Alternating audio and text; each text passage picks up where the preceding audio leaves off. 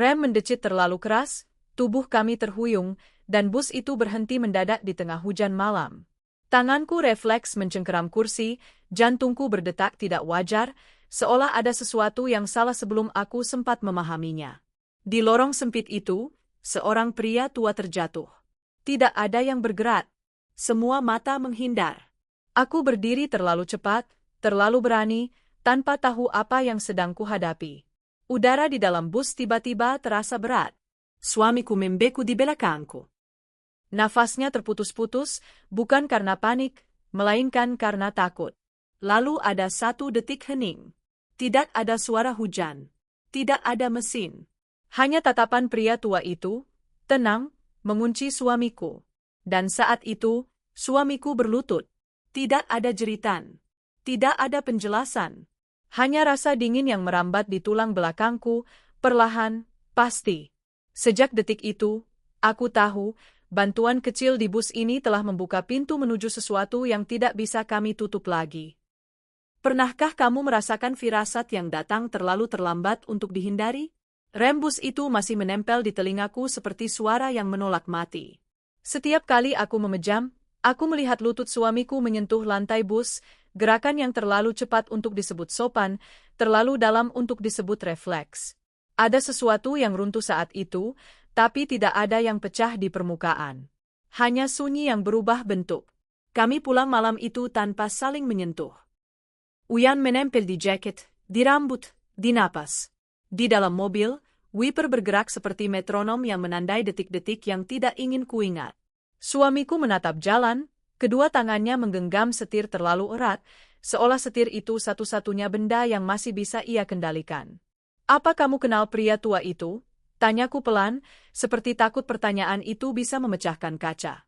Ia tidak langsung menjawab. Ia hanya menelan ludah, dan aku melihat jakunnya naik turun. Jangan dibahas, katanya. Pendek. Kiring. Kenapa? Karena tidak ada gunanya. Suaranya rata, tapi ketegangan di bahunya seperti kabel listrik yang ditarik sampai hampir putus. Aku mengangguk seolah setuju, padahal tubuhku tidak.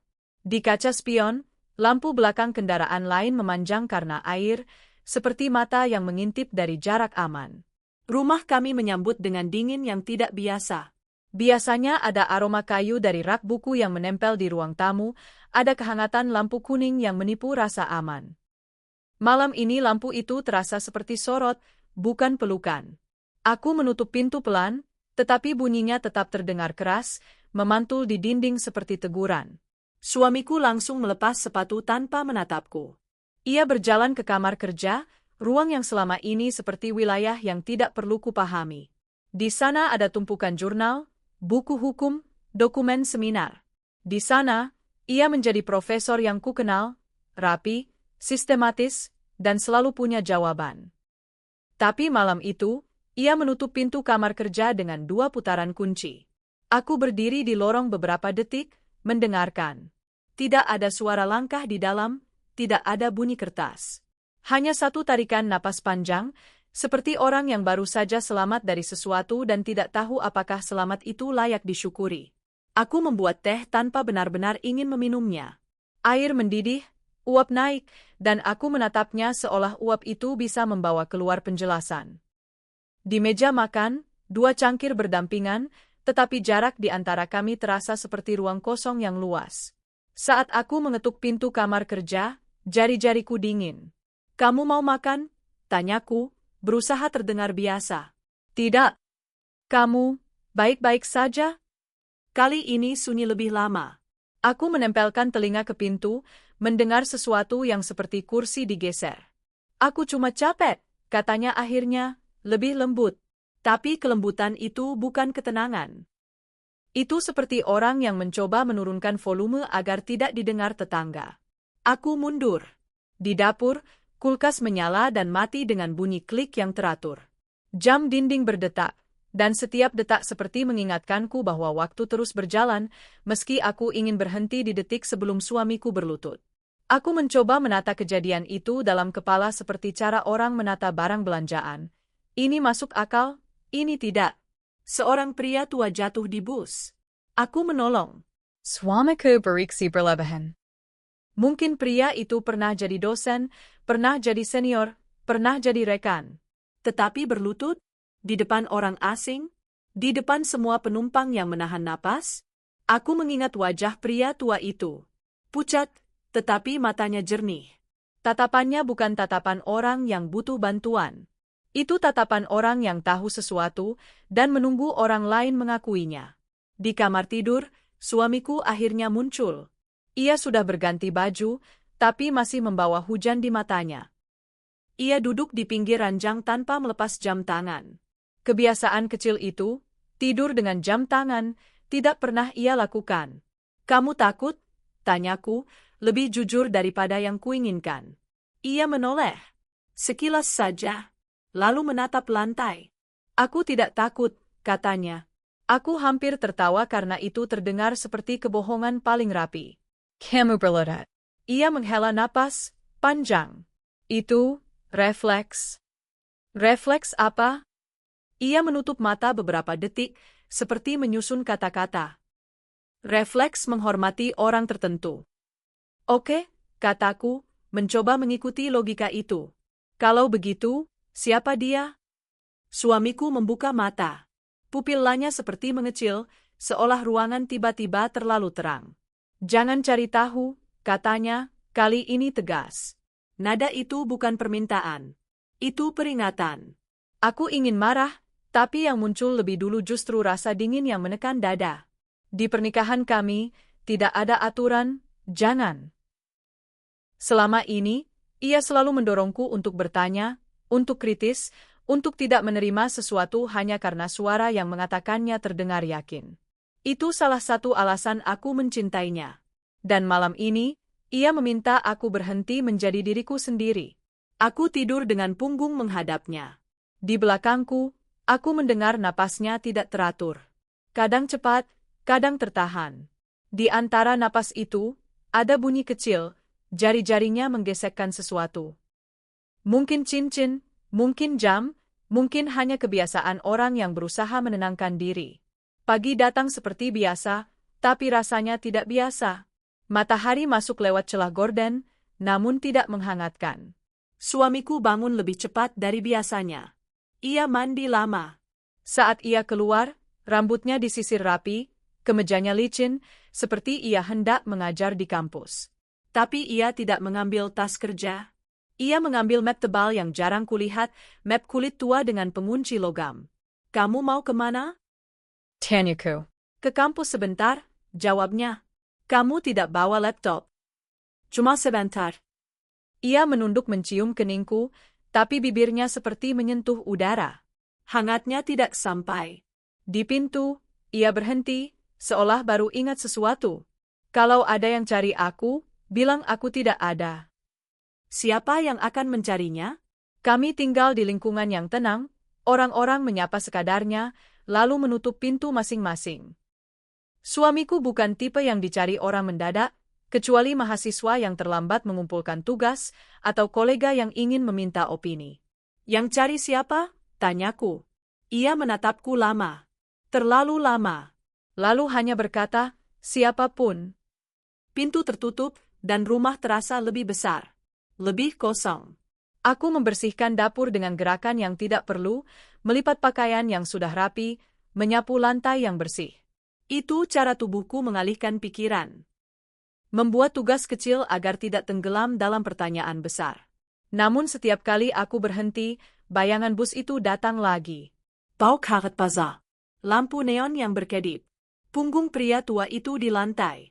Dan lutut suamiku, terlalu cepat, terlalu dalam, menyentuh lantai seolah ia sedang meminta ampun. Sore hari, aku membuka ponsel dan mengetik nama yang sempat kudengar samar di bus. Aku tidak yakin aku mendengarnya benar, atau hanya membentuknya dari rasa takut. Aku mencoba beberapa variasi. Tidak ada hasil yang meyakinkan. Hanya artikel lama tentang kasus-kasus hukum, tentang putusan kontroversial, tentang tokoh senior, tanpa foto yang jelas. Aku menutup ponsel. Aku menatap ruang kerja suamiku dari ujung koridor. Pintu itu selalu tertutup, tapi biasanya tidak terkunci. Aku bisa masuk kapan saja, mengambil buku, menaruh kopi, kadang membaca judul-judul yang terdengar asing. Ruangan itu pernah terasa seperti tempat yang aman, tempat orang berpikir, bukan tempat orang menyembunyikan. Hari itu, pintunya terkunci. Ketika suamiku pulang, hari sudah gelap. Ia masuk tanpa menyalakan lampu ruang tamu. Langkahnya pelan, seperti ingin menyatu dengan bayangan. Aku berdiri di dapur, menunggu ia mengatakan sesuatu yang bisa mengembalikan kami ke jalur biasa. Di kampus bagaimana? Tanyaku.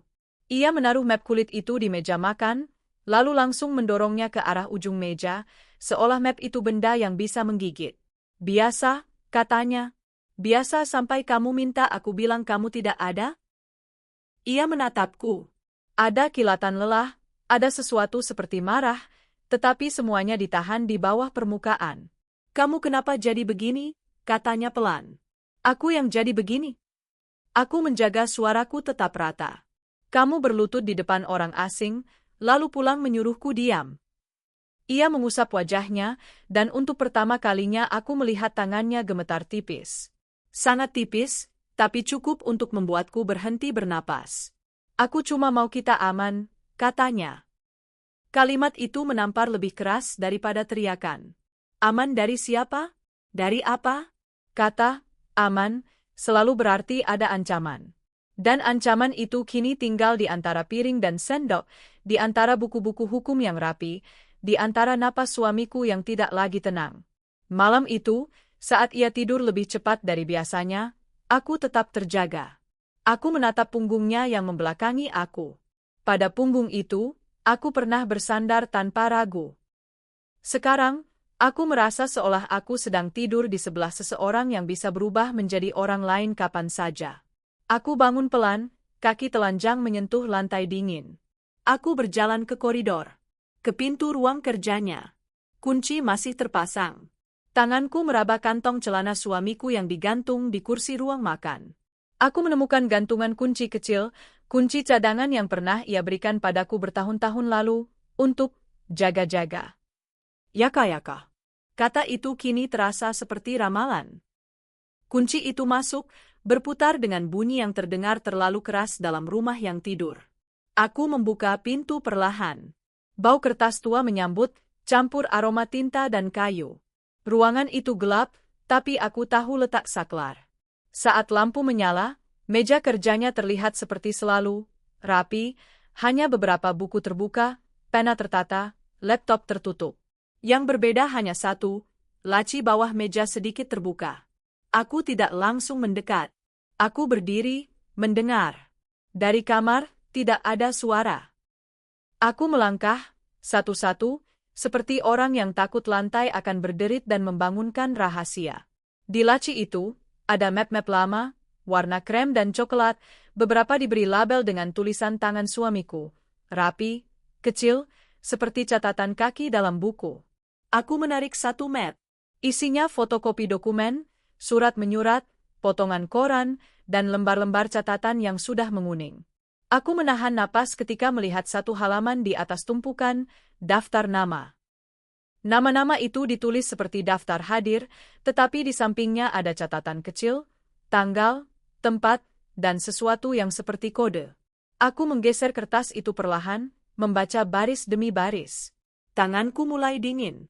Di antara nama-nama yang tidak kukenal, aku melihat satu nama yang membuat tubuhku berhenti. Nama pria tua itu. Tercatat rapi, seolah sudah lama menunggu untuk ditemukan. Di belakangku, rumah tetap sunyi. Tapi sunyi itu kini bukan lagi tenang. Itu sunyi yang menahan napas bersamaku, seolah tahu bahwa setelah ini, tidak ada cara untuk kembali menjadi biasa lagi. Kertas itu tidak terasa seperti kertas lagi. Ia terasa seperti kulit tipis yang menutupi sesuatu yang hidup, sesuatu yang akan bergerak begitu aku mengangkatnya terlalu jauh. Namanya ada di sana, jelas, rapi, tak terbantahkan, dan huruf-huruf itu menempel di mataku bahkan saat aku mencoba berkedip. Aku menutup map itu pelan, seolah suara kertas bisa membangunkan siapapun. Laci kututup setengah, tidak rapat, karena tanganku gemetar dan aku takut bunyinya akan terlalu keras. Lampu ruang kerja kupadamkan, lalu aku berdiri dalam gelap beberapa detik, mendengarkan rumah. Tidak ada langkah. Tidak ada batuk. Tidak ada kasur berderit.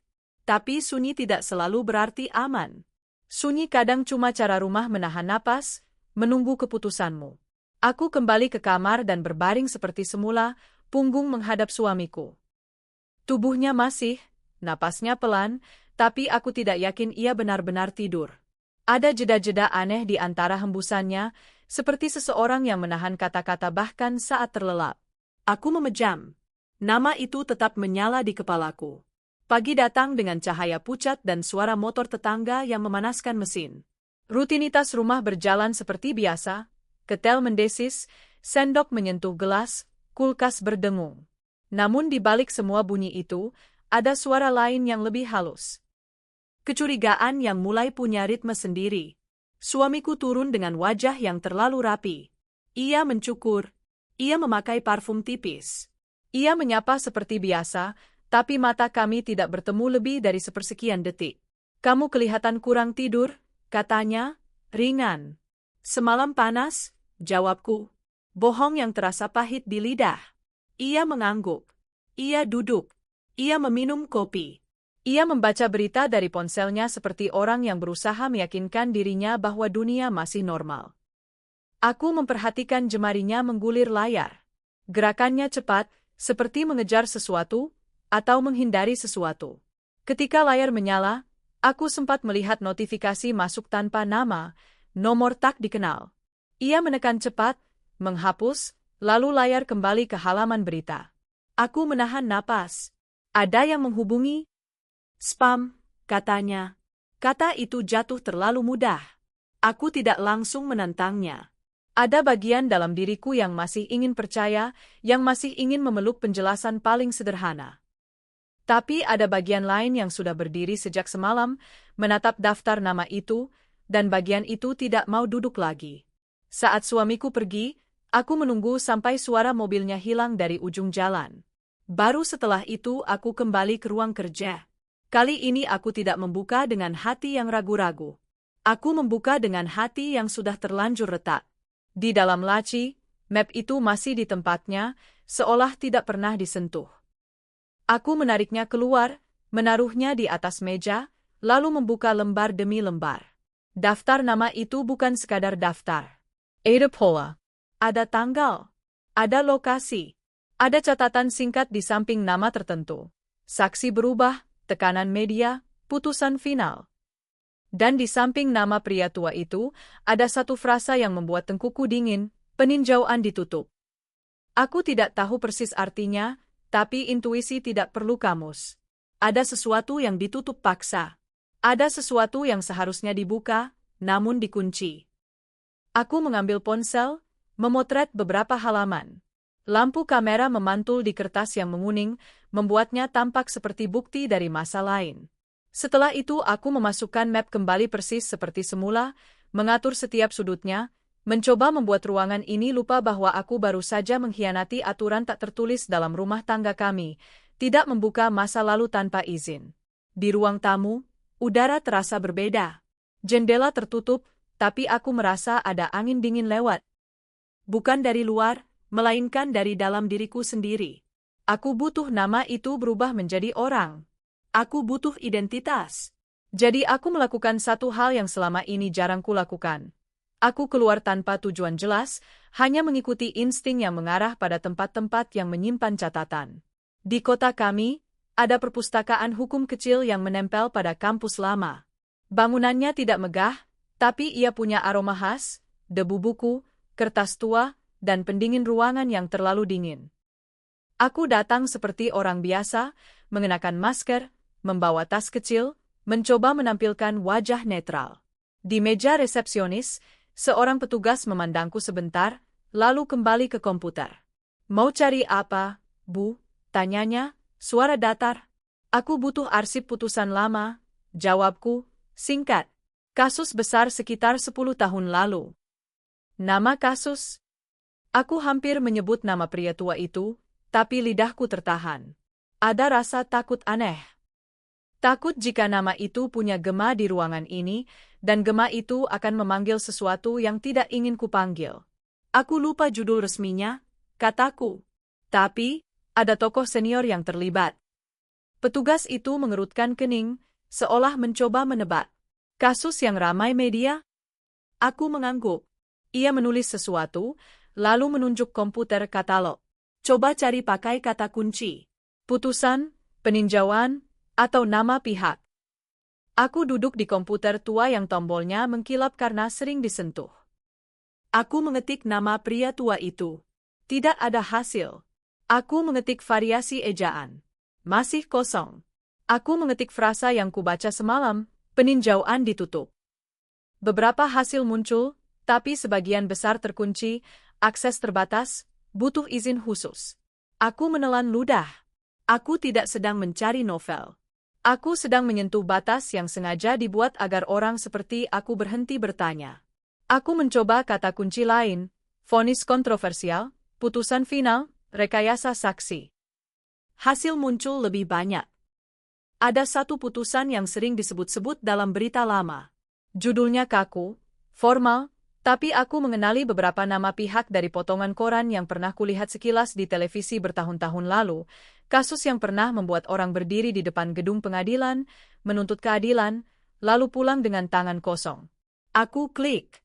Layar menampilkan ringkasan. Ada catatan, dokumen lengkap hanya dapat diakses melalui permintaan resmi. Mataku menelusuri paragraf ringkas itu, dan jantungku terasa seperti diperas. Nama pria tua itu tidak muncul. Tapi ada satu nama yang muncul sebagai ahli di persidangan, nama yang membuat kepalaku berdengung, nama suamiku. Aku duduk lebih tegak. Tanganku dingin di atas mouse. Ahli, profesi suamiku. Jalur yang masuk akal. Tetapi kenapa ia berlutut pada pria tua itu jika pria tua itu bukan sekadar pihak? Aku menyimpan nomor putusan itu. Aku mencatat tanggalnya. Aku mencatat pengadilan mana yang menangani. Aku menyalin semua yang bisa kulihat sebelum layar itu kembali terasa seperti dinding. Saat aku berdiri dari kursi, aku merasakan pandangan seseorang di punggungku. Bukan sekadar perasaan diawasi yang biasa. Ini lebih tajam, lebih spesifik. Aku menoleh pelan. Seorang pria di rak belakang berdiri dengan buku terbuka, tapi matanya tidak membaca. Matanya menatapku seperti menilai. Wajahnya biasa saja, kemeja polos, rambut rapi. Jenis orang yang bisa kamu lihat di antrean minimarket dan tidak akan kamu ingat 5 menit kemudian.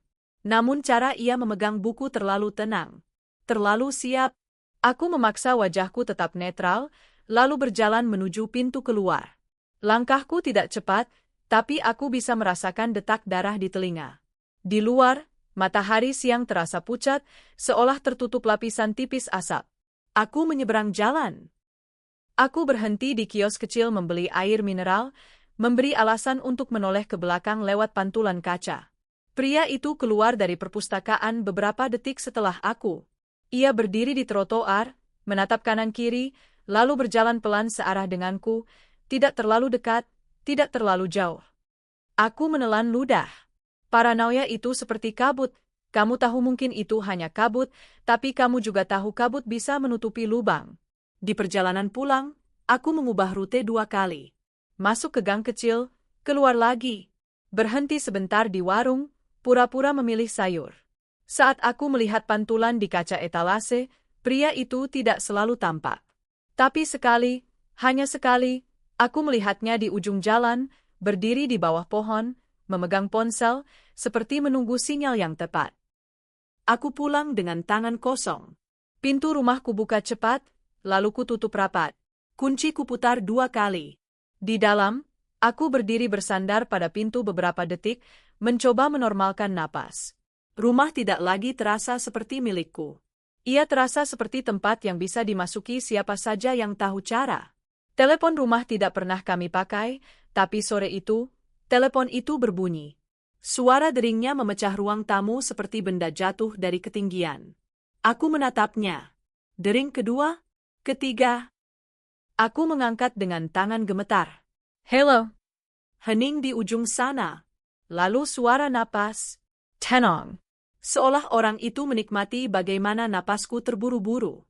Jangan cari, kata suara itu akhirnya. 2 kata. Dingen. Apa? Suaraku pecah sedikit. Telepon ditutup. Aku menatap gagang telepon lama itu seperti menatap benda asing. Lalu aku menaruhnya pelan, seolah takut jika aku meletakkannya keras, rumah akan runtuh. Ketika suamiku pulang malam itu, ia langsung tahu sesuatu berubah. Mungkin dari cara aku tidak menyambut. Mungkin dari cara lampu ruang tamu sengaja kumatikan. Ia menaruh tas, lalu berhenti di ambang pintu dapur. "Kamu kenapa?" tanyanya. Aku menatapnya. Wajahnya lelah, tapi ada ketegangan di sekitar matanya, seperti ia sudah menyiapkan kebohongan sebelum aku bicara. "Ada yang telepon," kataku. Ia tidak bergerak. Hanya kelopak matanya berkedip sekali, cepat. "Nomor siapa?" Tidak bicara banyak. Aku menahan suaraku tetap tenang. Dia cuma bilang, "Jangan cari." Suamiku menghela napas, tetapi bukan napas lega. Itu napas orang yang baru memastikan api sudah menyentuh dinding. "Kamu kemana hari ini?" tanyanya, suara lebih keras dari biasanya. Aku tidak menjawab langsung. Aku menatapnya, menunggu apakah ia akan mengulang pertanyaan itu dengan nada yang sama. Ia tidak. Ia hanya menatap balik, dan di antara kami, jarak itu terasa seperti ruang sidang. Ada fakta, ada bukti, dan ada orang yang berusaha menang tanpa mengaku salah. "Aku cari arsip," kataku akhirnya. "Tentang kasus itu." Wajah suamiku berubah. Bukan marah. Bukan takut. Sesuatu di antara keduanya, seperti orang yang melihat pintu yang seharusnya terkunci terbuka sedikit. "Kamu tidak boleh," katanya pelan, sangat pelan. "Kamu terlibat, ya?" tanyaku, suara hampir tidak keluar. "Kamu bukan cuma saksi." Ia melangkah mendekat, lalu berhenti. Tangannya terangkat sedikit, lalu turun lagi, seperti ingin menyentuhku tapi sadar ia tidak pantas. "Aku melakukan yang perlu," katanya. "Kamu memberi keterangan sebagai ahli," kataku. "Namamu ada di ringkasan putusan." Suamiku menutup mata. 2 detik. 3. Saat ia membuka lagi, matanya basah, tapi tidak ada air mata jatuh. Itu basah yang ditahan, seperti semua hal lain. "Aku ingin kita aman," katanya, seperti mengulang mantra yang mulai kehilangan kekuatannya. "Aman dari apa?" Suaraku naik sedikit, lalu turun lagi. Aku takut suara tinggi akan membuat semuanya menjadi nyata. Ia menoleh ke arah jendela, seolah takut ada yang mendengar. Lalu ia berkata, lebih pelan dari bisik, dari orang-orang yang tidak pernah berhenti. Aku merasakan sesuatu menyempit di dadaku. Aku ingin menekan pertanyaan berikutnya, tapi kata-kata sudah terlanjur mencari jalan keluar. Pria tua itu, siapa dia sebenarnya? Suamiku menatap lantai, dan untuk pertama kalinya sejak bus itu, ia terlihat seperti pria yang benar-benar kalah. "Jia," suaranya tersangkut. Ia menelan ludah. Dia yang seharusnya tidak ada lagi di daftar hidupku. Aku mengeluarkan ponsel. Aku membuka foto yang kuambil semalam. Daftar nama. Catatan di samping. Aku memperbesar bagian tertentu, lalu menggeser layar ke arah suamiku. "Kamu tahu ini," kataku. Ia tidak langsung melihat. Ia seperti takut jika melihat, ia akan mengakui. Tapi akhirnya matanya jatuh pada layar. Dan saat itu, wajahnya memucat seperti lampu yang kehilangan arus. "Kamu membuka laci itu," katanya, bukan bertanya. Aku tidak menjawab. Di rumah yang hening itu, pengakuan tidak perlu kalimat lengkap. Ia duduk perlahan di kursi makan. Tangannya menekan pelipis, seperti menahan sesuatu agar tidak pecah. Lalu, tanpa menatapku, ia berkata, "Ada dokumen lain." Aku menahan napas. "Apa?" Suamiku membuka tasnya, mengeluarkan map kulit tua itu, map yang selalu ia bawa sejak malam bus, lalu menaruhnya di meja. Pengunci logamnya berkilat di bawah lampu dapur. "Kamu jangan benci aku dulu," katanya, suara serak. Aku tidak bergerak. Aku hanya menatap map itu, seolah map itu benda yang bisa meledak jika aku mendekat. Ia membuka pengunci dengan tangan gemetar, lalu mengeluarkan satu berkas yang lebih tipis, lebih rapi, dengan cap lembaga yang tidak asing di mataku, cap yang sering muncul di berita ketika orang membicarakan kasus besar. Ia mendorong berkas itu ke arahku. Aku menariknya, membuka halaman pertama, lalu membaca. Kalimat-kalimatnya formal, tapi maknanya seperti pisau. Ada nama kasus yang tadi kulihat. Ada chronology singkat. Ada daftar pihak yang terlibat. Dan di bagian yang diberi garis bawah merah, seolah seseorang sengaja menandainya untuk menghancurkan, tertera satu hal yang membuat seluruh ruangan terasa miring. Namanya tercatat bukan hanya sebagai ahli. Namanya tercatat sebagai bagian dari tim yang menyusun pertimbangan vonis. Aku mengangkat kepala perlahan. Suamiku tidak menatapku. Ia memandang meja, seolah meja itu bisa menelan dirinya. Di luar, malam menekan jendela. Di dalam, tidak ada suara selain napas kami yang tidak sinkron. Dan aku sadar, dengan cara yang paling sunyi dan paling kejam, ini bukan lagi tentang pria tua di bus. Ini tentang keputusan lama yang pernah dijatuhkan, dan orang yang aku nikahi adalah salah satu tangan yang menjatuhkannya. Lutut itu kembali muncul di benakku sebelum aku sempat berdiri. Lutut yang menyentuh lantai bus, bukan sebagai permintaan, tapi sebagai pengakuan. Sejak malam itu, semua yang kukenal mulai runtuh tanpa suara. Aku masih berdiri di dapur, berkas itu terbuka di tanganku, sementara suamiku duduk dengan kepala tertunduk seperti terdakwa yang tidak lagi berharap dibela. Lampu di atas meja makan memancarkan cahaya putih yang kejam, menelanjangi setiap sudut ruangan, setiap garis di wajah kami. Aku membaca ulang halaman itu, meski kata-katanya tidak berubah. Yang berubah hanyalah caraku memahaminya. Kamu tidak pernah bilang, kataku. Suaraku terdengar asing, seolah keluar dari orang lain. Ia tidak menjawab. Jarinya saling bertaut, lalu terlepas, lalu bertaut lagi. Gerakan kecil, berulang, seperti seseorang yang mencoba menghapus noda yang tidak terlihat. Aku menutup berkas itu. Bunyi kertas bertemu kertas terdengar terlalu keras.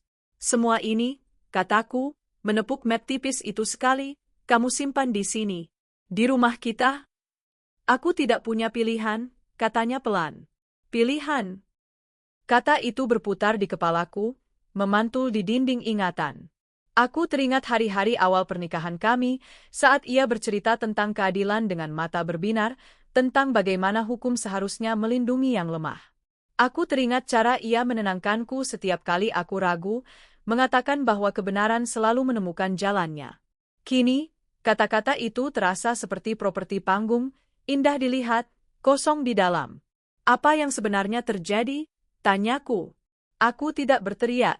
Aku tidak menangis. Ada kekuatan aneh dalam nada datar, seperti pisau yang baru diasah. Ia menghela napas panjang, lalu berdiri. Ia tidak mendekat. Ia berjalan ke jendela, menatap keluar seolah halaman gelap bisa memberi jawaban. Kasus itu, katanya, tidak sesederhana yang tertulis. Kapan keadilan pernah sederhana? Balasku. Ia menoleh sedikit, cukup untuk menunjukkan rahangnya mengeras. Ada tekanan. Dari siapa? Ia menggeleng. Kalau kusebut, kamu tidak akan tidur. Aku tertawa singkat, tanpa humor. Aku sudah tidak tidur. Keheningan jatuh di antara kami. Dari luar, suara motor lewat, lalu menghilang. Rumah tetangga menutup pintu. Jam dinding berdetak. Setiap bunyi kecil terasa seperti saksi yang enggan berbicara. Aku melangkah ke ruang tamu, duduk di sofa yang biasa kami pakai menonton berita. Di sana, aku pernah menyandarkan kepala di bahunya, merasa aman. Sekarang, sandaran itu terasa seperti barang bukti. Pria tua itu, kataku, menatap lantai. Dia bukan sekadar nama di daftar, kan? Suamiku akhirnya duduk berhadapan denganku, jarak satu meja kopi di antara kami. Dia, katanya, berhenti sejenak, adalah orang yang seharusnya membongkar semuanya. Dan kamu menghentikannya. Ia menutup mata. Lama. Ketika membukanya, aku melihat sesuatu yang jarang kulihat pada dirinya, ketidakpastian yang telanjang. Aku membantu menutup pintu. Kalimat itu jatuh seperti palu. Tidak ada pembelaan. Tidak ada alasan panjang. Hanya fakta yang dingin. Aku mengangguk pelan, tubuhku bereaksi lebih dulu daripada pikiranku. Di dadaku, ada sesuatu yang pecah, tapi tidak keluar sebagai air mata. Ia keluar sebagai jarak. Kenapa kamu berlutut? Tanyaku. Di bus itu. Ia mengusap wajahnya. Karena dia melihatku. Karena dia tahu. Dan karena selama ini aku berpura-pura lupa. Aku memejamkan mata, mencoba menahan gambar-gambar yang kini saling bertabrakan. Wajah pria tua itu yang tenang, lutut suamiku yang menyentuh lantai, berkas-berkas rapi yang menyembunyikan keputusan kotor. Pernikahan kami, yang selama ini kurasa dibangun di atas kejujuran, kini tampak seperti rumah yang berdiri di atas tanah retak. Apakah aku aman? Tanyaku akhirnya. Ia terdiam. Detik itu terasa lebih panjang dari yang lain. Aman itu relatif, katanya.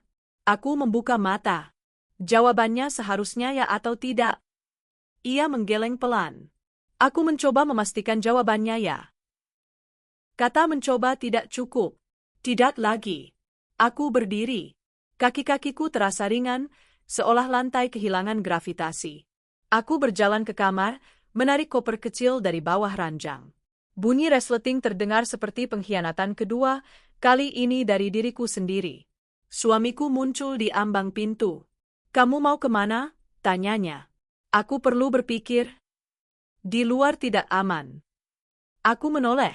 Di sini juga tidak. Ia melangkah mendekat, lalu berhenti, menjaga jarak seperti orang yang tahu sentuhan bisa memperburuk luka. Kita bisa memperbaiki ini. Bagaimana? Tanyaku. Dengan dokumen lain? Dengan pintu lain yang ditutup? Ia tidak menjawab. Keheningan kembali menjadi bahasa utama kami. Aku memasukkan beberapa pakaian, ponsel, charger. Tanganku bergerak otomatis. Di dalam kepala, aku menghitung kemungkinan, pergi dan mungkin dibuntuti, tinggal dan mungkin terperangkap. Tidak ada pilihan yang bersih. Hanya tingkat risiko yang berbeda.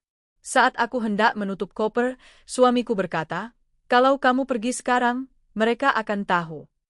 Siapa mereka? Ia menatapku, dan untuk pertama kalinya aku melihat ketakutan yang tidak disamarkannya. Orang-orang yang tidak ingin masa lalu diungkit. Aku menutup koper. Bunyi klik Turngar Final. Mereka sudah tahu aku tahu. Ia menghela napas, kalah. Setidaknya tinggal malam ini. Aku menimbang. Di luar, angin bertiup, menggoyang tirai. Bayangan bergerak di dinding, seperti sesuatu yang mengintip dari balik waktu. Aku mengangguk pelan. 1 malam. Kami tidak tidur. Kami duduk terpisah, aku di sofa, dia di kursi. Televisi mati. Lampu diredupkan. Setiap suara dari luar membuat kami menoleh bersamaan. Ada ritme baru di rumah ini, ritme waspada. Sekitar tengah malam, ponsel suamiku bergetar. Ia melihat layar, wajahnya mengeras. Ia tidak mengangkat. Getaran berhenti, lalu datang lagi. Ia mematikan ponsel, memasukkannya ke saku, seolah bisa mengurung ancaman di sana. Kamu harus dengar ini, kataku. Ia menggeleng. Tidak sekarang. Tidak pernah ada sekarang yang tepat, ya? Ia menatapku. Aku melakukan ini agar kamu tidak terlibat. Aku tersenyum tipis. Terlambat. Dari luar, terdengar suara mobil melambat. Lampu depan menyapu dinding ruang tamu, berhenti sejenak, lalu bergerak lagi. Jantungku ikut melambat, lalu berdebar keras. Kamu dengar itu? Tanyaku. Ia mengangguk. Ja. Kami menunggu. Tidak ada bel. Tidak ada ketukan. Hanya keheningan yang tebal, seperti kabut. Aku berdiri, mengintip lewat celah gorden. Jalanan sepi. Mobil itu sudah tidak ada. Ini akan berakhir, katanya, seolah meyakinkan dirinya sendiri. Dengan apa? Tanyaku. Ia tidak menjawab. Ia menatap lantai, sama seperti saat aku menunjukkan berkas itu. Rasa bersalahnya bukan dalam kata-kata, melainkan dalam cara bahunya turun, dalam cara ia menghindari cermin. Aku kembali duduk. Kepalaku berat. Setiap kenangan kini terasa tercemar, tawa di dapur, diskusi panjang tentang hukum, rencana masa depan. Aku bertanya-tanya apakah cinta bisa bertahan ketika fondasinya terbukti rapuh. Menjelang dini hari, terdengar bunyi halus di luar. Seperti langkah di kerikil. Aku menahan napas.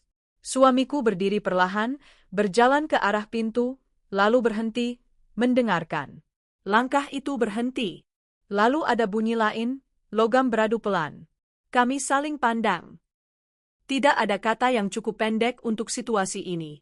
Aku meraih koperku, menahannya di samping sofa. Suamiku meraih ponselnya, menyalakannya kembali, jari-jarinya siap menekan nomor yang mungkin tidak akan menjawab. Di luar, bayangan bergerak melewati jendela. Perlahan, sengaja. Dan aku tahu, dengan kepastian yang dingin, bahwa apapun yang kami lakukan setelah ini tidak lagi tentang benar atau salah. Ini tentang bertahan hidup. Aku terbangun sebelum suara itu benar-benar terdengar. Seperti naluri yang lebih cepat dari bunyi. Ada sesuatu di luar rumah yang tidak seharusnya ada, dan tubuhku mengetahuinya lebih dulu daripada pikiranku. Lampu ruang tamu masih redup. Bayangan jendela memanjang di lantai, patah oleh tirai yang bergerak pelan. Aku duduk, menahan napas. Dari arah pintu depan, terdengar gesekan halus, bukan ketukan, bukan langkah jelas. Sesuatu yang diuji, lalu ditarik kembali. Suamiku sudah berdiri. Ia bergerak tanpa suara, telapak kakinya nyaris tidak menyentuh lantai. Tangannya terangkat, memberi isyarat diam. Aku mengangguk, meski ia tidak menatapku. Detak jantungku seperti ingin memanjat tenggorokan. Kami menunggu. 10 detik. 20. Waktu terasa memanjang, lentur, lalu rapuh. Jangan buka apapun, bisiknya. Aku tahu, balasku, lebih pelan. Dari luar, suara itu menghilang. Tidak ada mobil. Tidak ada suara sepatu menjauh. Justru itu yang menakutkan, ketiadaan tanda. Seolah siapapun yang datang tidak ingin meninggalkan jejak. Kami tidak kembali tidur. Kami duduk di ruang tamu, punggung menghadap dinding, mata mengawasi pintu. Jam dinding berdetak lebih keras dari biasanya. Setiap detak seperti hitungan mundur yang tidak kami pahami tujuannya. Pagi datang tanpa membawa lega. Cahaya masuk dengan ragu-ragu, seperti takut disalahkan. Aku membuat kopi, tangan gemetar. Suamiku memeriksa jendela satu persatu, memastikan pengunci terpasang. Gerakannya cepat, terlatih, terlalu terlatih untuk seseorang yang mengaku hanya ingin hidup tenang. Kita harus keluar hari ini, katanya. Kemana? Tempat ramai. Aku tertawa singkat. Kamu pikir ramai berarti aman? Berarti terlihat, jawabnya. Mereka tidak suka terlihat. Mereka. Kata itu kini menjadi bayangan kolektif, tanpa wajah, tanpa nama, tapi terasa nyata. Aku mengangguk, meski perutku menolak. Kami bersiap seperti orang hendak pergi bekerja, bukan orang yang sedang menghindari sesuatu. Aku memilih pakaian sederhana, sepatu datar. Aku memasukkan ponsel cadangan ke tas, bersama charger dan dompet. Hal-hal kecil yang kini terasa seperti perlengkapan bertahan hidup. Di luar, lingkungan kami terlihat sama. Tetangga menyapu. Anak kecil bersepeda. Warung di ujung jalan membuka rolling door. Normalitas itu menyakitkan. Seperti panggung yang terus berjalan meski aktor utamanya panik di belakang layar. Kami berjalan terpisah, jarak beberapa langkah. Bukan karena tidak percaya, tapi karena naluri mengatakan jarak memberi ruang. Di kaca mobil yang terparkir, aku melihat pantulan kami bergerak tidak sinkron. Dua orang yang dulu satu ritme, kini berusaha tidak saling menarik perhatian. Di pasar kecil dekat rumah, suara menjadi tameng. Teriakan pedagang, mesin timbang, plastik berdesir. Aku berdiri di antara kerumunan, memegang tas erat. Suamiku berpura-pura memilih buah. Matanya bergerak cepat, memindai wajah-wajah. Aku mengikuti caranya, dan segera menyadari sesuatu yang membuat tengkukku dingin. Ada wajah yang berulang. Pria berkemeja polos. Rambut rapi. Tatapan neutral. Ia muncul di dekat penjual ikan, lalu di lorong sayur, lalu lagi di dekat parkiran. Tidak selalu menatap kami. Tidak pernah mendekat. Hanya cukup dekat untuk terlihat, cukup jauh untuk disangkal. Aku mendekat ke suamiku. Dia ada lagi. Tenang, katanya, tanpa menoleh. Jangan bereaksi. Ini bukan kebetulan. Aku tahu. Kami membayar cepat, lalu keluar tanpa membawa belanjaan yang berarti. Di parkiran, suamiku berhenti mendadak. Kamu bawa kunci? Tanyanya. Aku merogoh tas. Ada. Masuk duluan, katanya. Aku cek sekitar. Aku ingin menolak, tapi aku tahu ini bukan waktu untuk debat. Aku masuk ke mobil, mengunci pintu. Dari dalam, aku melihat suamiku berjalan mengitari mobil, tatapannya tajam. Pria berkemeja polos itu berdiri di ujung parkiran, memeriksa ponsel. Tidak ada konfrontasi. Tidak ada isyarat. Hanya jarak yang dijaga dengan presisi. Kami pergi. Mobil menyatu dengan lalu lintas. Aku menoleh ke belakang beberapa kali, mencoba menangkap tanda. Tidak ada yang jelas. Justru itu yang membuatku mual. Kita tidak bisa terus begini, kataku. Kita juga tidak bisa lari, jawabnya. Kenapa? Ia menghela napas. Karena kalau lari, mereka tahu kita takut. Dan kalau tidak lari, mereka memuji. Uji apa? Batas? Kasabaran? Aku menatap jalan, garis putih bergerak cepat di bawah roda. Di kepalaku, wajah pria tua itu muncul lagi. Tatapannya tenang. Seolah ia tahu ini akan terjadi. Seolah lutut yang menyentuh lantai bukan akhir, melainkan awal. Kami berhenti di kafe kecil yang biasa kami datangi dulu. Tempat ini punya jendela besar dan meja-meja rapat. Terlalu terbuka untuk ancaman, terlalu tertutup untuk kabur. Aku duduk menghadap pintu. Suamiku memesan 2 minuman tanpa bertanya. Kalau sesuatu terjadi, katanya, kamu berdiri, jalan ke kasir, keluar. Kamu? Aku urus. Aku menatapnya. Aku tidak lagi percaya kata, urus. Ia tidak tersinggung. Ia mengangguk. Aku pantas dapat itu. Kami duduk dalam diam. Suara mesin kopi mendesis. Sendok berada kanker. Di meja sebelah, 2 mahasiswa tertawa pelan. Kehidupan berjalan, tak peduli kami menahan napas. Ponsel keberjeter. Nomor tak dikenal. Aku menatap layar, ragu. Angkat, kata suamiku. Aku mengangkat. Hello. Henning. Lalu suara yang sama seperti kemarin. Tenang. Hampir sopan. Kamu cepat belajar. Belajar apa? Tanyaku. Bahwa beberapa pintu sebaiknya tetap tertutup. Aku menelan ludah. Siapa kamu? Bukan orang yang perlu kamu temui. Klik. Sambungan terputus. Tenggeng ke denjen. Aku menaruh ponsel perlahan. Suamiku menatapku, menunggu. Aku menggeleng. Tidak perlu detail. Ia sudah tahu. Kita pulang, katanya. Ke rumah, tanyaku. Itu ide buruk. Kita perlu sesuatu. Apa? Ia menatap meja, lalu berkata, berkas lama. Aku menutup mata sebentar. Rumah yang tadi terasa rapuh kini menjadi tujuan yang harus kami datangi lagi. Seperti kembali ke lokasi kejadian untuk mengambil barang bukti, meski tahu bahaya belum pergi. Kami pulang lewat jalan memutar. Aku memperhatikan setiap spion, setiap motor yang terlalu lama di belakang kami. Di depan rumah, suamiku tidak langsung memarkir. Ia berputar 1 kali, lalu masuk cepat. Di dalam, rumah terasa berbeda, lebih sempit, lebih gelap. Seolah ia menyerap ketegangan kami dan memantulkannya kembali. Suamiku menuju ruang kerja. Aku berdiri di lorong, mendengarkan. Kunci, katanya. Aku menyerahkan kunci cadangan. Ia membuka laci, mengeluarkan map-map, menumpuknya di meja. Gerakannya cepat, tapi tidak panik. Seperti orang yang sudah lama menyiapkan momen ini. Kamu cari yang berlabel biru, katanya. Aku ambil sisanya. Aku mengikuti. Tanganku bergerak di antara kertas, mencoba tidak memikirkan isi. Namun 1 halaman menarik perhatianku, catatan tangan, tanggal-tanggal, dan 1 kalimat yang digarisbawahi. Jika ini dibuka, semua ikut terbuka. Ini, tanyaku. Ia melihat sekilas, lalu mengangguk. Masukkan ke kota. Saat itu, terdengar bunyi dari luar. Bukan ketukan. Bukan bel. Bunyi kunci diuji di pintu depan. Suamiku membeku. Aku ikut membeku. Detik-detik meregang, lalu menyempit. Kamu ke kamar, bisiknya. Lewat jendela belakang kalau perlu. Aku tidak meninggalkanmu. Kali ini dengarkan. Aku ragu.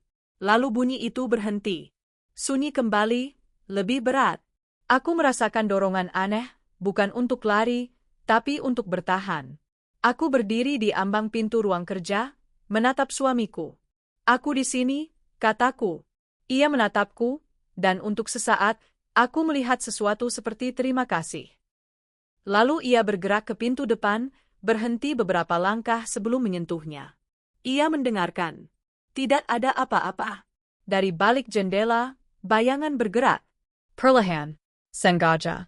Aku meraih tas, menyiapkan diri. Suamiku mengangkat tangan, menghentikanku. Ia membuka pintu sedikit. Tidak ada siapa-siapa. Hanya sebuah amplop coklat di lantai. Tanpa alamat. Tanpa nama. Ia menutup pintu, mengunci. Kami berdiri menatap amplop itu beberapa detik, seperti menatap ular yang mungkin mati, mungkin tidak. Akhirnya, ia mengambilnya, membukanya. Di dalam, satu lembar kertas. Tulisan cetak. Rapi. Keadilan tidak selesai. Tidak ada tanda tangan. Aku merasakan dada mengeras. Ini bukan ancaman langsung. Ini pernyataan. Penjenggat. Bahwa apapun yang kami lakukan selama ini hanyalah bab kecil dari sesuatu yang lebih panjang. Suamiku melipat kertas itu, memasukkannya kembali ke amplop. Tangannya tidak lagi gemetar. Wajahnya tenang, tapi ketenangan itu bukan lega. Itu ketenangan orang yang tahu permainan sudah dimulai. Kita tidak sendiri, katanya pelan. Dengan siapa? Tanyaku. Ia menatap ke arah ruang kerja, ke map-map yang tersisa, ke masa lalu yang kini hidup kembali. Dengan orang-orang yang juga ingin pintu itu dibuka. Di luar, angin bergerak lagi, menggoyang tirai. Di dalam, aku merasakan sesuatu yang berbeda dari takut. Kecil, rapuh, tapi nyata. Harapan. Kami bertemu di tempat yang tidak punya kenangan. Itu penting. Tidak ada foto lama di dinding, tidak ada pelayan yang mengenali wajah, tidak ada sudut yang pernah kami duduki sebelumnya. Hanya meja kayu, lampu redup, dan suara hujan yang menampar kaca seperti ingin masuk. Ia datang terlambat 15 menit. Cukup lama untuk membuatku curiga, cukup singkat untuk membuatku berharap. Ketika ia duduk, ia tidak langsung bicara. Ia menaruh ponsel di atas meja, layar menghadap ke bawah, lalu menggesernya sedikit. Gerakan kecil yang memberitahu bahwa percakapan ini punya batas. Kalian sedang diawasi, katanya pelan. Aku tidak menjawab. Aku mengangguk, seperti orang yang sudah tahu hasil tes sebelum dokter membuka mulut. Suamiku duduk di sampingku, punggungnya tegak, tangan bertaut. Aku bisa merasakan ketegangan di tubuhnya, seperti kawat yang ditarik terlalu keras. Siapa kamu? Tanyaku. Ia tersenyum tipis. Bukan senyum ramah. Senyum orang yang sudah terlalu lama melihat kebohongan bekerja. Orang yang datang terlambat, katanya. Dan itu salahku. Namanya tidak penting. Yang penting adalah caranya menyebut detail tanpa terdengar ingin mengesankan. Ia tahu tanggal. Ia tahu ruang sidang. Ia tahu frasa-frasa kecil yang hanya muncul di dokumen internal, kata-kata yang tidak pernah dibaca publik, tapi menentukan hidup orang. Kalian tidak salah menyimpan berkas, katanya. Salahnya adalah menyimpannya terlalu rapi. Suamiku menggila napas. Kamu bagian dari mereka? Dulu, jawabnya cepat. Sekarang tidak. Aku memperhatikan matanya. Tenang. Tidak gelisah. Itu membuatku lebih waspada. Orang yang benar-benar takut biasanya terlalu banyak bicara. Orang yang berbahaya justru memilih diam. Kami tidak bisa mempercayai siapapun, kataku. Betul, katanya. Termasuk aku. Kejujuran yang aneh. Aku menyandarkan punggung, menimbang. Hujan di luar semakin deras. Lampu di meja kami memantulkan bayangan wajah-wajah yang tampak asing bahkan bagi diri sendiri. Kami butuh jalan keluar, kata suamiku. Tidak ada jalan keluar, jawabnya. Yang ada hanya jalan lurus. Kemana? Keteram, katanya, lalu menambahkan, atau kejatuh. Aku merasakan perubahan kecil di dadaku, bukan lega, tapi arah. Selama ini kami berputar-putar, menghindar, menutup pintu. Kata terang terdengar naif, tapi juga menggoda. Seperti satu-satunya pilihan yang tidak membuat kami mati perlahan. Ia meminta kami menceritakan semuanya. Bukan versi aman, versi lengkap. Aku bicara lebih dulu, menceritakan bus, lutut yang menyentuh lantai, daftar nama, amplop coklat. Suamiku melanjutkan, suaranya terkendali, memilih kata seperti memilih langkah di jembatan rapuh. Ia mengaku tanpa mengaku, tentang tekanan, tentang rapat-rapat tertutup, tentang tanda tangan yang diberikan ketika pilihan lain sudah diambilkan. Sekutu kami mendengarkan tanpa menyela. Sesekali ia mencatat, bukan di kertas, tapi di kepalanya. Itu terlihat dari cara matanya bergerak cepat, menyusun peta. Pria tua itu, katanya akhirnya, bukan korban pasif. Kami tahu, kataku, dia saksi yang bertahan, lanjutnya. Bukan karena dilindungi, tapi karena dilupakan. Itu lebih efektif. Dia memimpin, tanyaku. Dia menjinggat, jawabnya. Dan orang-orang takut pada ingatan. Ia menyebut jaringan itu seperti menyebut cuaca. Tidak ada nama besar. Tidak ada konspirasi berlebihan. Hanya serangkaian kepentingan yang saling menutup, saling mengamankan. Hukum bekerja, tapi bukan untuk semua orang. Kalian ingin membuka ini? Tanyanya. Aku dan suamiku saling pandang. Di antara kami, ada jurang yang belum tertutup. Tapi ada juga sesuatu yang baru, keputusan yang tidak lagi ditunda. Ja, kataku. Suamiku menggengak. Dengan cara yang benar. Sekutu itu tersenyum lagi, lebih tipis. Cara benar itu mahal. Kami sudah membayar, jawabku. Belum, katanya. Baru uang muka. Ia mengeluarkan flash disk kecil dari saku. Meletakkannya di tengah meja. Ini peta awal. Arsip, alur, dan satu pintu yang bisa dibuka tanpa memicu alarm besar. Kenapa kamu membantu? Tanyaku. Ia menatap hujan. Karena aku ikut menutup pintu itu dulu. Dan karena aku lelah hidup di lorong. Keheningan kembali. Kali ini tidak mencekik.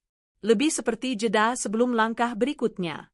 Aku meraih flash disk itu, menimbang beratnya yang hampir tidak terasa. Benda kecil yang bisa menghancurkan hidup kami, atau menyelamatkannya dengan cara yang tidak pernah sama. Resikonya, tanya suamiku. Pengkhianatan, jawabnya tanpa ragu. Dari semua arah, termasuk dari kalian. Suamiku tidak tersinggung. Ia mengangguk. Adele. Kami berpisah tanpa berjabat tangan. Tidak ada janji bertemu lagi. Tidak ada pesan lanjutan. Di luar, hujan mereda menjadi gerimis. Jalanan basah memantulkan lampu-lampu kota seperti luka yang ditutupi perban tipis. Di rumah, kami menutup tirai, mematikan lampu yang tidak perlu. Aku menyalakan laptop lama yang tidak terhubung ke akun apapun. Suamiku berdiri di belakangku, menjaga jarak. Aku memasukkan flash disk. Layar berkedip. Folder-folder mangkol. Tanggal. Kode. Nama samaran. Aku membuka satu persatu, membaca cepat. Ada rekaman rapat. Ada memo internal. Ada korespondensi yang terlalu sopan untuk disebut bersih. Setiap file seperti bidak catur yang ditempatkan hati-hati. Kita mulai dari sini, kataku, menunjuk satu folder. Jangan, kata suamiku. Itu jebakan. Kamu yakin? Ia mencondongkan badan, membaca judulnya. Aku mengenali pola penamaannya. Aku menahan napas. Kamu terlibat sampai sejauh itu. Ia tidak menjawab. Diamnya adalah jawaban. Kami berpindah folder. Membuka yang lain. Di sana, bukti-bukti tentang tekanan media, saksi yang berubah, jalur dana yang diputar. Semuanya mengarah pada sistem, bukan satu orang. Aku merasakan harapan rapuh tumbuh. Mungkin ini tidak hanya tentang suamiku. Mungkin ada ruang untuk menyelamatkan sesuatu. Lalu aku membuka file yang diberi label sederhana, pertimbangan. Isinya ringkas. Terlalu ringkas. Catatan rapat yang diringkas menjadi poin-poin keputusan. Aku membaca cepat, lalu melambat. Di bagian akhir, ada ringkasan final, dan satu baris yang membuat darahku berhenti mengalir. Nama suamiku muncul lagi. Bukan sebagai ahli. Bukan sebagai pengamat. Sebagai penyusun utama pertimbangan.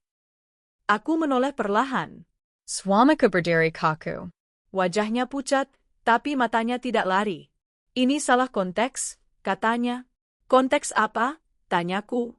Suaraku datar, hampir tidak terdengar. Itu draft, katanya cepat. Tidak dipakai. Aku menggulir.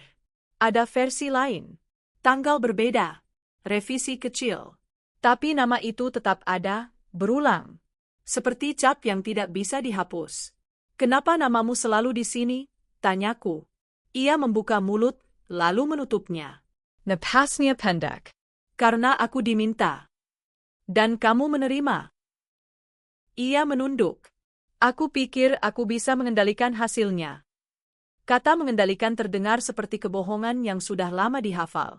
Aku memejamkan mata. Kenangan-kenangan kecil berderap, caranya menenangkanku, caranya berbicara tentang etika, caranya meyakinkan bahwa hukum punya hati. Semuanya kini bertabrakan dengan baris-baris dingin di layar. Sekutu kami berkata bukti adalah pedang bermata dua. Aku baru merasakannya sekarang. Pedang itu mengarah keluar dan ke dalam. Kalau ini keluar, kataku pelan, kamu yang pertama jatuh. Aku tahu, katanya. Dan kita? Kita ikut, jawabnya jujur. Keheningen mengiras. Di luar, suara langkah lewat, lalu menjauh. Aku menutup laptop, bukan untuk mengakhiri, tapi untuk bernapas. Kamu bilang ingin menebus, kataku. Ini caranya? Ia mengangguk. Kalau perlu, ya. Aku berdiri. Kaki-kakiku terasa berat. Kita tidak bisa menyembunyikan ini. Tidak ada lagi tempat bersembunyi, katanya. Hans Selke Berger. Nomor tak dikenal. Aku menatapnya, lalu mengangkat. Sudah sampai ke inti, suara itu tenang. Aku menelan ludah. Kamu tahu? Keadilan selalu tahu jalannya, katanya. Pertanyaannya, kamu berani atau tidak? Sambungan terputus. Aku menatap suamiku. Di antara kami, bukti itu tidak lagi netral. Ia memilih sisi. Dan sisi itu, kejamnya, mengarah tepat ke orang yang paling dekat denganku. Namanya muncul di layar sebelum kami sempat menutup jendela. Satu notifikasi, lalu yang lain. Judul berita pendek, dingin, seperti vonis tanpa sidang. Aku tidak membaca isinya, aku sudah tahu kemana arahnya. Suamiku berdiri di ambang pintu ruang kerja, punggungnya mengeras. Ponselnya bergetar tanpa henti di tangan, layar menyala lalu mati, menyala lagi. Ia tidak mengangkat. Ia tidak mematikan. Ia membiarkan getaran itu bekerja seperti denyut yang mempercepat kejatuhan. Sudah mulai, kataku. Ia mengangguk tanpa menoleh. Dari jendela, cahaya sore memudar. Bayangan pohon memanjang di dinding, terpotong seperti potret yang disobek. Aku membuka laptop lagi, kali ini untuk melihat dunia luar, dunia yang mulai mengenali sisi suamiku yang selama ini tersembunyi rapi di balik jas dan gelar. Artikel pertama menyebutnya, pakar. Artikel kedua menyebutnya, nama kunci. Artikel ketiga lebih berani, pertanyaan lama yang kembali. Komentar-komentar bermunculan, sebagian marah, sebagian dingin, sebagian menikmati tontonan. Reputasi tidak runtuh sekaligus. Ia retak, lalu runtuh pelan-pelan, memberi waktu bagi semua orang untuk menonton. Telepon rumah berdering. Aku mengangkat. Seorang rekan lama suamiku berbicara cepat, suaranya bergetar. Kami harus jaga jarak. Klik. Telepon berikutnya dari nomor asing. Kalian sebaiknya tidak keluar rumah. Klik. Ponselku menyusul, pesan singkat tanpa salam, jangan salah langkah. Suamiku akhirnya duduk. Ia menatap lantai, lalu menatap tangannya sendiri, seolah baru menyadari tangan itu pernah menandatangani sesuatu yang kini hidup kembali. Aku bisa jelaskan, katanya, bukan kepadaku, tapi kepada udara. Siapa yang mau dengar? Tanyaku. Ia mengangkat kepala. Matanya merah, tapi kering. Mahasiswa. Kolega. Mereka butuh konteks. Konteks tidak menutup luka, jawabku. Ia terdiam. Keheningan menekan, seperti ruang sidang kosong setelah palu diketuk. Aku berjalan ke dapur, menuang air. Tanganku tidak gemetar. Anehnya, ketakutan telah berubah menjadi fokus. Saat semuanya terbuka, tidak ada lagi ruang untuk pura-pura. Malam itu, lampu depan mobil berhenti lebih lama dari biasanya di depan rumah. Tidak ada ketukan. Tidak ada suara. Hanya cahaya yang menempel di dinding, lalu menghilang. Aku menutup tirai, perlahan. Suamiku berdiri di belakangku, terlalu dekat, lalu mundur satu langkah, kebiasaan baru, menjaga jarak. Kita harus siapkan pernyataan, katanya. Untuk siapa? Tanyaku. Untuk publik. Aku menoleh. Atau untuk dirimu sendiri? Ia menghela napas, panjang. Aku tidak ingin kamu ikut terseret. Sudah, kataku. Keesokan paginya, kampus mengirim surat resmi. Bahasa dingin, administratif. Penonaktifan sementara. Kata-kata itu lebih kejam karena ketenangannya. Tidak ada tuduhan langsung, hanya jarak yang ditetapkan.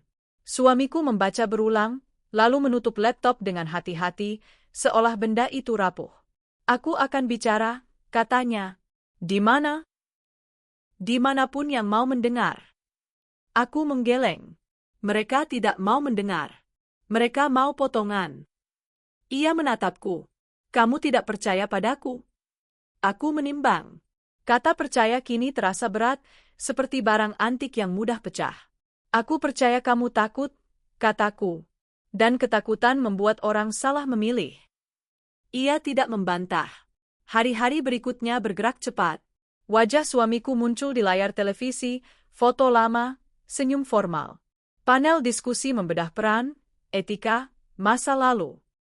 Nama pria tua itu disebut-sebut sebagai saksi bayangan.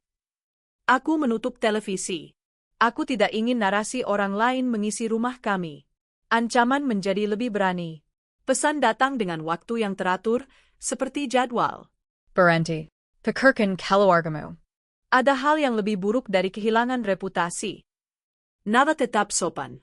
Itulah yang membuatnya menakutkan. Suatu sore, seseorang meletakkan karangan bunga di depan rumah. Tidak ada kartu. Pengganis Seeger. Terlalu segar. Aku menutup pintu, menahan napas. Suamiku memandang bunga itu lama, lalu berkata, ini peringatan. Atau penghinaan, kataku. Malamnya, seorang pria mengetuk pintu. Ia memperkenalkan diri sebagai pengacara yang ingin membantu. Jasnya mahal, senyumnya tepat. Ia bicara tentang opsi, tentang penyelesaian, tentang menjaga semua pihak.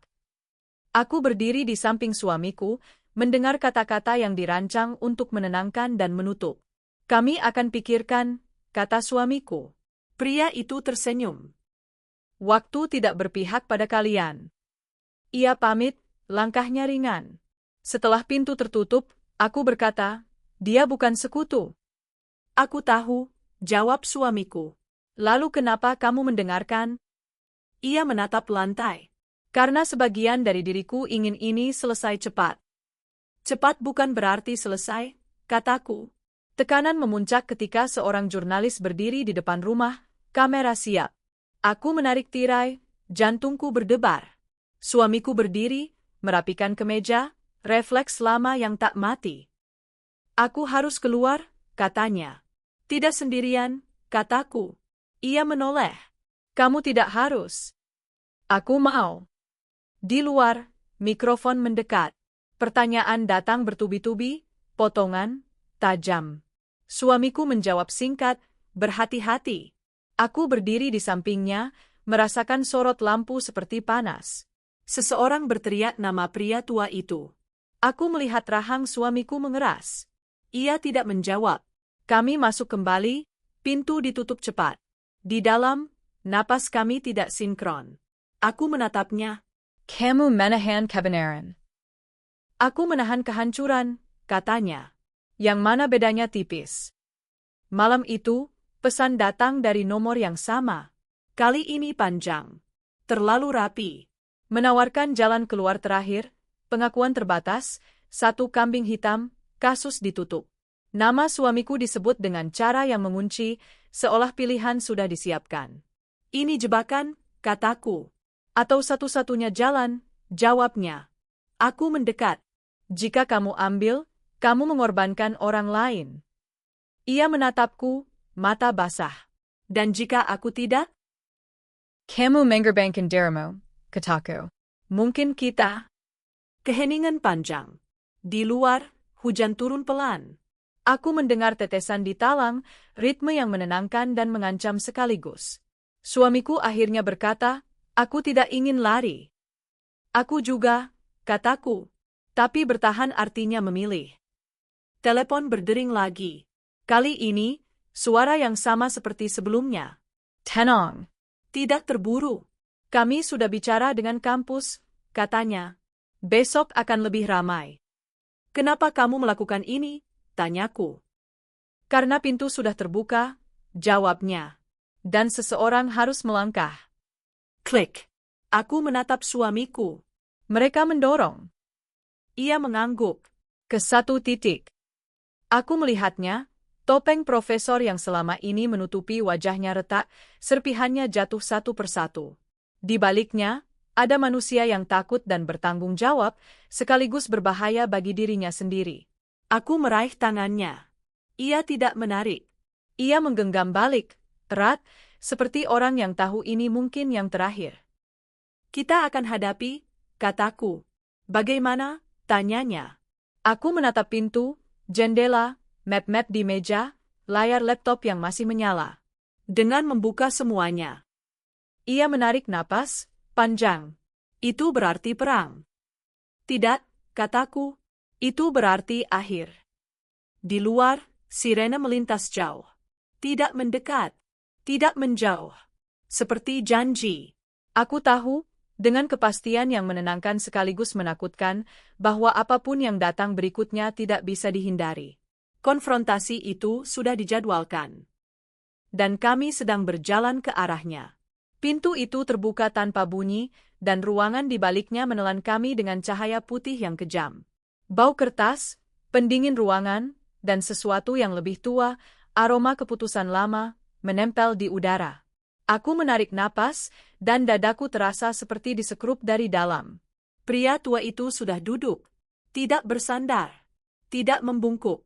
Punggungnya tegak, tangannya tenang di atas meja, seolah ia pemilik ruangan ini sejak lama. Wajahnya tidak lemah seperti di bus. Keriputnya bukan tanda usia, melainkan peta perjalanan. Matanya journey. Terlalu jernih. Suamiku berhenti setengah langkah di belakangku. Aku merasakan getar halus di lengannya, lalu ia menahannya. Aku melangkah duluan. Lantai memantulkan langkahku seperti pengakuan yang dipercepat. Terima kasih sudah datang, kata pria tua itu. Suaranya rata. Bukan basa-basi. Kesalahan yang belum ditebus. Kamu ingin kebenaran, kata pria tua itu, menatapku, bukan suamiku. Atau kamu ingin penutupan? Aku menelan ludah. Keduanya jarang datang bersama. Ia mengangguk pelan. Tepat. Di sudut ruangan, seorang staf mencatat tanpa ekspresi.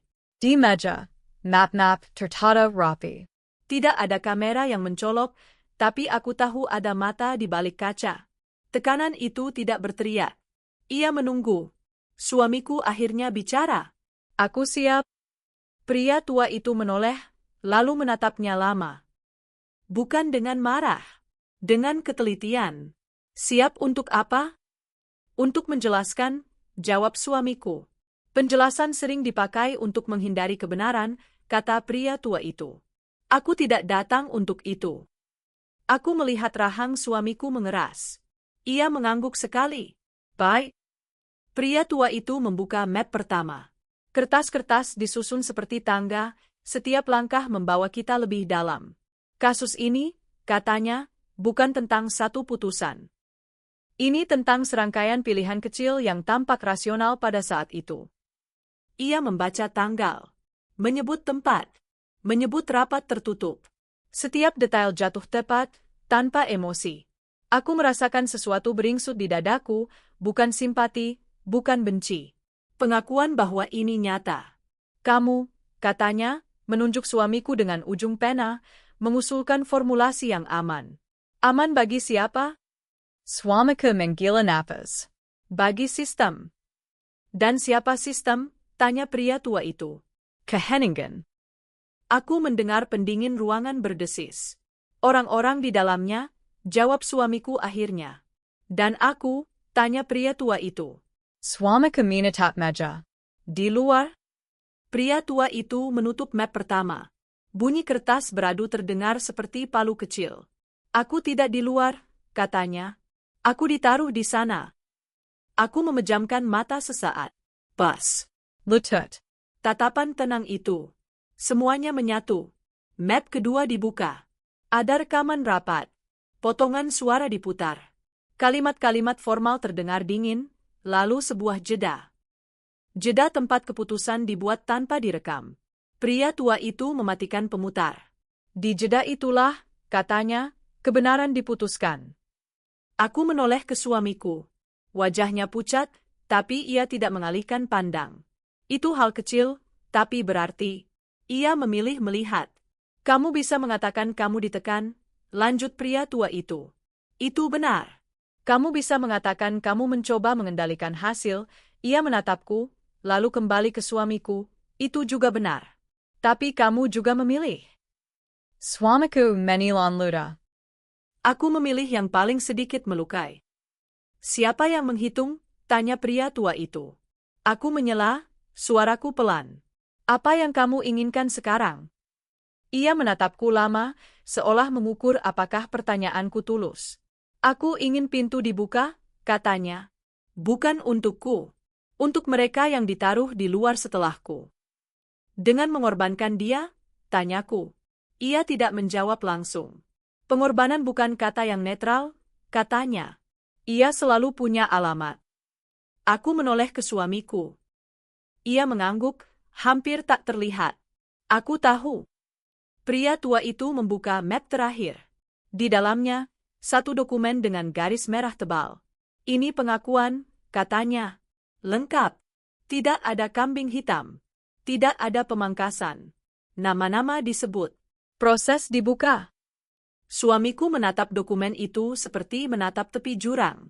Jika aku tanda tangani, katanya, kampus akan mencabut segalanya. Rekan akan menjauh. Kalian akan menekan. Kami akan membuka, kata pria tua itu. Tekanan akan datang dari cahaya. Dan keluargaku, suamiku menoleh kepadaku. Aku merasakan semua mata di ruangan itu pindah ke dadaku. Aku tidak ingin menjadi jawaban, tapi aku adalah konsekuensi. Kami akan bertahan, kataku. Kata-kata itu terasa rapuh dan kuat sekaligus. Pria tua itu mencondongkan badan. Ada satu hal lagi, katanya. Jika kamu tidak menandatangani, kami tetap membuka. Dengan potongan. Dengan arah yang lebih liar. Aku mengerti. Ini bukan ultimatum. Ini realitas. Suamiku tertawa pendek, pahit. Jadi aku bisa memilih bagaimana jatuh. Ya, kata pria tua itu. Dan siapa yang kamu tarik? Aku berdiri. Kaki-kakiku terasa ringan. Aku ingin bicara sebentar, kataku. Tidak ada yang menolak. Aku menarik suamiku ke sudut ruangan, cukup jauh dari meja. Kaca memantulkan wajah kami, asing, lebih tua. Kamu tidak harus, kataku. Aku harus, jawabnya. Ini akan menghancurkanmu. Ia menggeleng. Ini akan menghentikan kebohongan. Kamu bisa pergi, kataku. Sekarang. Ia menatapku, lama. Aku sudah terlalu lama pergi. Aku merasakan air mata datang, tapi aku menahannya. Ini bukan tempatnya. Aku tidak tahu apakah aku bisa memaafkan, kataku. Ia mengangguk. Aku tahu. Kami kembali ke meja. Suamiku mengambil pena. Tangannya berhenti di atas kertas, 1 detik, 2. Aku melihat bagaimana ia menahan napas, seperti di bus, sebelum lututnya menyentuh lantai. Nama kamu, kata pria tua itu, akan menjadi pintu. Banyak orang akan melewati. Suamiku menatapku sekali. Aku mengangguk. Bukan izin. Penerimaan bahwa pilihan ini nyata. Penamenientu kertas. Tanda tangan itu bukan coretan cepat. Ia ditarik perlahan, setiap lengkung terasa seperti beban yang dilepas dan ditambahkan sekaligus. Ketika selesai, suamiku menutup mata. Lama. Pria tua itu menutup mata. Terima kasih, katanya. Bukan kepada suamiku saja. Kepada ruangan.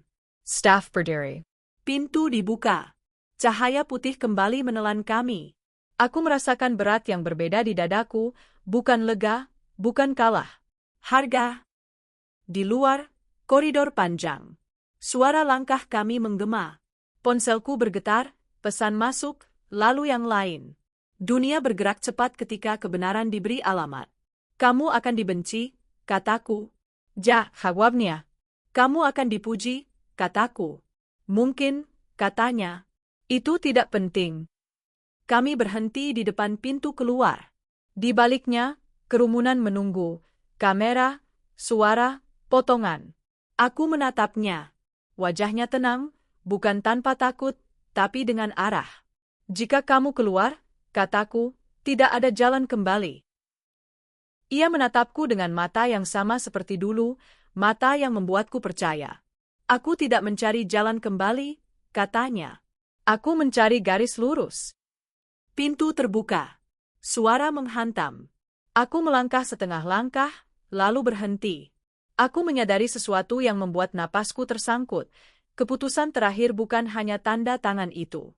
Aku bisa berdiri di sisinya. Atau aku bisa berjalan pergi sekarang, menyelamatkan diriku dari serpihan yang akan jatuh. Aku menatap wajahnya sekali lagi. Di sana, tidak ada permintaan. Hanya kejujuran yang telanjang. Dan aku tahu, dengan kepastian yang dingin, bahwa siapapun yang kupilih untuk berdiri bersamanya hari ini, itulah yang akan selamat secara moral. Pagi datang tanpa sorak. Tidak ada berita baru di layar, tidak ada suara sirene, tidak ada ketukan mendadak di pintu. Hanya cahaya yang masuk perlahan, menyentuh lantai dengan hati-hati, seolah takut mengganggu sisa-sisa malam yang belum sepenuhnya pergi. Aku duduk di tepi ranjang yang kini terasa terlalu besar. Spray rapi, tapi dingin. Ruang kosong di sampingku bukan lagi pertanyaan, melainkan keputusan yang sudah diambil.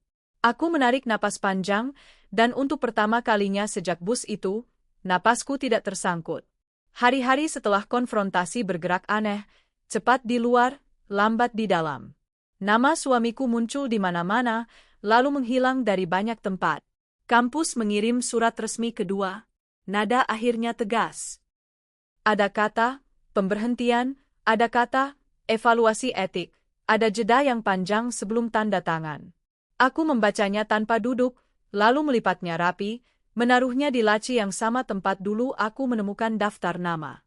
Aku pindah. Tidak jauh. Hanya cukup untuk memisahkan suara lama dari dinding baru. Apartemen kecil di lantai 3, menghadap gang sempit dengan pohon mangga tua. Setiap sore, daun-daunnya jatuh satu persatu, suara kecil yang menenangkan. Aku membeli kursi lipat, meja kecil, dan satu rak buku. Tidak banyak. Aku tidak ingin menyimpan terlalu banyak masa lalu. Pria tua itu tidak pernah menghubungiku lagi. Aku mendengar kabar tentangnya dari potongan berita dan bisik-bisik yang tidak ingin kugali. Ia memberikan kesaksian tambahan. Ia menolak tampil di layar. Ia menutup pintu dengan cara yang ia anggap tepat, bukan dengan kebisingan, melainkan dengan jejak yang tidak bisa dihapus.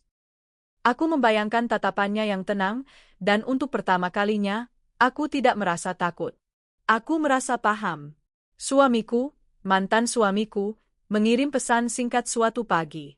Aku baik. 2 kata. Tidak ada permintaan. Tidak ada pembelaan. Aku membacanya lama, lalu membalas, jaga dirimu. Itu saja. Kata-kata lain akan menjadi beban. Aku kembali bekerja. Meja baru, wajah baru, rutinitas yang tidak tahu apa-apa tentang bus, lutut, atau map-map tua. Di sela jam makan siang, aku berjalan ke taman kecil, duduk di bangku, mengamati orang lewat. Aku belajar melihat tanpa menghakimi. Belajar bahwa dunia tidak berhutang penjelasan kepadaku. Ada malam-malam ketika kesunyian datang terlalu dekat. Bukan kesunyian yang mengancam, melainkan kesunyian yang menuntut kejujuran. Pada malam-malam itu, aku membuat teh, membuka jendela, dan membiarkan suara kota masuk. Aku memikirkan pernikahan kami. Bukan untuk menyesali, tetapi untuk menempatkannya di rak yang benar. Ada cinta di sana, ada kebohongan juga. Keduanya bisa benar tanpa saling membatalkan. Suatu sore, aku naik bus lagi. Bukan rute yang sama, bukan jam yang sama. Aku berdiri, memegang pegangan, merasakan getaran mesin. Ketika bus berhenti mendadak, jantungku berdebar, lalu kembali tenang. Tidak ada pria tua. Tidak ada lutut yang menyentuh lantai. Hanya orang-orang yang saling menghindar, seperti biasa. Aku tersenyum tipis. Trauma tidak selalu perlu dikalahkan. Kadang cukup dikenali. Di rak buku, aku menyimpan satu map. Tidak terkunci. Di dalamnya, hanya salinan berita dan satu amplop coklat yang dulu ditinggalkan di depan pintu. Keadilan tidak selesai. Aku membacanya sekali lagi, lalu mengembalikannya. Kalimat itu tidak lagi terdengar seperti ancaman. Ia terdengar seperti pengingat bahwa keadilan bukan peristiwa, melainkan proses yang panjang dan melelahkan. Aku bertemu seorang tetangga yang sering menyiram tanaman di pagi hari. Kami berbincang singkat tentang cuaca, tentang harga cabai, tentang bus yang sering terlambat. Percakapan ringan, tanpa beban. Aku menyadari betapa aku merindukan hal-hal kecil yang tidak menuntut sikap. Suatu hari, ponselku bergetar. Nomor tak dikenal. Aku menatap layar, lalu mengangkat. Suara di ujung sana bukan suara lama. Lebih mudah. Lebih ragu. Ia memperkenalkan diri sebagai jurnalis yang sedang menulis lanjutan. Ia bertanya apakah aku ingin bicara. Aku tidak, kataku. Kenapa? Tanyanya. Karena ceritanya sudah selesai bagiku, jawabku.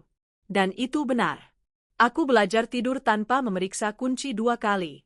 Aku belajar berjalan tanpa menoleh setiap 5 langkah. Luka tidak hilang. Ia menjadi bagian dari cara aku berdiri, seperti bekas patah yang membuat tulang lebih berhati-hati. Aku tidak menyebutnya kekuatan. Aku menyebutnya kesadaran. Suatu pagi, aku menemukan lututku memar kecil, hasil tersandung tangga. Aku duduk di lantai, tertawa pelan pada diri sendiri. Lutut. Kata itu kini tidak lagi membawa beban yang sama. Ia hanya bagian tubuh, bukan simbol. Aku berdiri, melanjutkan hari. Aku tidak tahu di mana mantan suamiku akan berakhir. Aku tahu ia membayar harga yang berat. Aku tidak merayakannya. Aku juga tidak mengasihaninya. Aku menerima bahwa pilihan memiliki konsekuensi, dan cinta tidak selalu cukup untuk menghapusnya. Di jendela apartemen, aku menempelkan stiker kecil berbentuk daun. Setiap pagi, cahaya melewatinya dan memantul lembut di dinding. Aku menyukainya. Cahaya itu tidak keras, tidak memaksa.